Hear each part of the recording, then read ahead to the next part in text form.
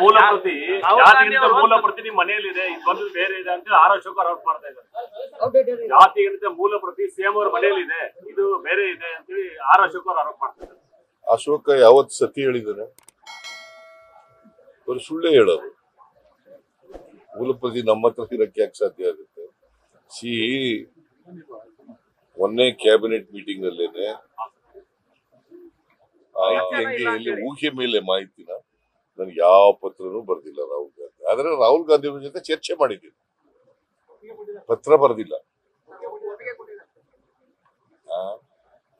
ಚರ್ಚೆ ಮಾಡಿದ್ದೀನಿ ಅಂದ್ರೆ ಏನ್ ಅರ್ಥ?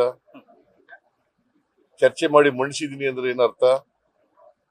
ಅವ್ರ ಒಪ್ಪಿಗೆ ಇಲ್ಲೇ ಮಣಿಸಕ್ಕಾಗತ್ತಾ? ಮತ್ತೆ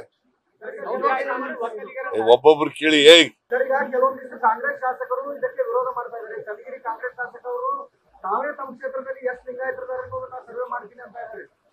ನೋಡಪ್ಪ, ಯಾರು ಕ್ಯಾಬಿನೆಟ್ ನಲ್ಲಿ ವಿರೋಧ ಮಾಡಿಲ್ಲ, ಕ್ಯಾಬಿನೆಟ್ ನಲ್ಲಿ ಜೋರಾಗಿ ಯಾರು ಮಾತಾಡಿಲ್ಲ, ದೊಡ್ಡ ಗಂಟಲಿನಲ್ಲಿ ಮಾತಾಡಿಲ್ಲ. ಗೊತ್ತಾಯ್ತಾ? ನಾನೇನ್ ಹೇಳಿದ್ದೀನಿ, ನಿಮ್ಮ ಅಭಿಪ್ರಾಯಗಳನ್ನ ಹೇಳಿ ಅಂತ ಹೇಳಿದ್ದೀನಿ. ಅವ್ರ ಅಭಿಪ್ರಾಯಗಳು ಕೊಟ್ಟ ಮೇಲೆ ವಿಲ್ ಟೇಕ್ ಎ ಡಿಸಿಷನ್. ಮೊನ್ನೆ ಕ್ಯಾಬಿನೆಟ್ ನಲ್ಲಿ ಏನು ಡಿಸಿಷನ್ ಆಗಿಲ್ಲ. ಅವ್ರ ಅಭಿಪ್ರಾಯಗಳನ್ನೆಲ್ಲ ಓದ್ಕೊಂಡು ಬಂದು ಅಭಿಪ್ರಾಯ ಕೊಡಿ ಅಂತ ಹೇಳಿದ್ದೀನಿ. ಅವ್ರ ಅಭಿಪ್ರಾಯ ಕೊಟ್ಟ ಮೇಲೆ will discuss again in the cabinet and will take A decision.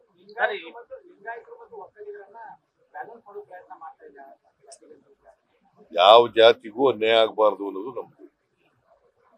ಲಿಂಗಾಯತರಿಗೂ ಅನ್ಯಾಯ ಆಗಬಾರ್ದು, ಬ್ರಾಹ್ಮಣರಿಗೂ ಅನ್ಯಾಯ ಆಗಬಾರ್ದು, ಒಕ್ಕಲಿಗೂ ಅನ್ಯಾಯ ಆಗಬಾರ್ದು, ಜೈನಿಗೂ ಅನ್ಯಾಯ ಆಗಬಾರ್ದು, ಯಾವ ಜಾತಿಗೂ ಅನ್ಯಾಯ ಆಗಬಾರ್ದು. ಇದು ಸೋಸಿಯೋ ಎಕನಾಮಿಕ್ ಅಂಡ್ ಎಜುಕೇಶನಲ್ ಸರ್ವೆ. ನಿಮ್ಗೆ ಅರ್ಥ ಆಯ್ತಾ? ಸುಮ್ಮನೆ ಯಾವನ ಗೊತ್ತಿಲ್ಲೇನೆ ಏನೋ ಮಾತಾಡಕ್ ಹೋಗ್ಬೇಡ ನೀನು. ಸೋಸಿಯೋ ಎಕನಾಮಿಕ್ ಎಜುಕೇಶನಲ್ ಸರ್ವೆ. ಈಗ ಇವು ಸ್ವಾತಂತ್ರ್ಯ ಬಂದು 75 ವರ್ಷ, ಸಂವಿಧಾನ ಜಾರಿಯಾಗಿ 75 ವರ್ಷ ಆಯ್ತು. 75 ವರ್ಷದಲ್ಲೂ ಬಡವನಾಗೆ ಇರ್ಬೇಕಾ? ಸಮಾನತೆ ಬರ್ಬೇಕಲ್ಲ ಎಲ್ರಿಗೂ. ಇನ್ನು ಜಾತಿಗೆ ಅಂಟ್ಕೊಂಡೇ ಇರ್ಬೇಕಾ? ಎಜುಕೇಶನ್ ಸಿಕ್ಬೇಕಲ್ಲ ಬೇಡ? ಈಗ ಮುಸಲ್ಮಾನರಿಗೆ ಎಜುಕೇಶನ್ ಸಿಕ್ಬೇಕಾ ಬೇಡ?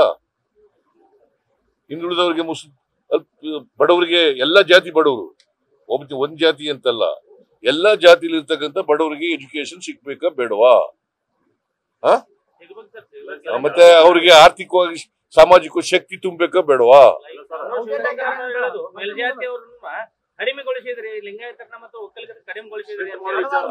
ನನ್ಗೀಗ ನಾನು ಮೆರಿಟ್ ಮೇಲೆ ಮಾತಾಡಕ್ ಹೋಗಲ್ಲ. ನೆಕ್ಸ್ಟ್ ಕ್ಯಾಬಿನೆಟ್ ನಲ್ಲಿ ಮಾತಾಡ್ತೀನಿ. ಈಗ ಅಭಿಪ್ರಾಯ ಕೇಳಿದ್ದೀನಿ, ಅಷ್ಟು ಬರೀಲಿ ಸಾಕು. ಅಭಿಪ್ರಾಯ ಕೇಳಿದ್ದೀನಿ, ಯಾರ್ದು ವಿರೋಧ ಇಲ್ಲ, ಯಾರು ಒಬ್ರಿಗೊಬ್ರಿಗೆ ಮಾತಾಡಿಲ್ಲ, ಅಷ್ಟು ಬರೀಲಿ.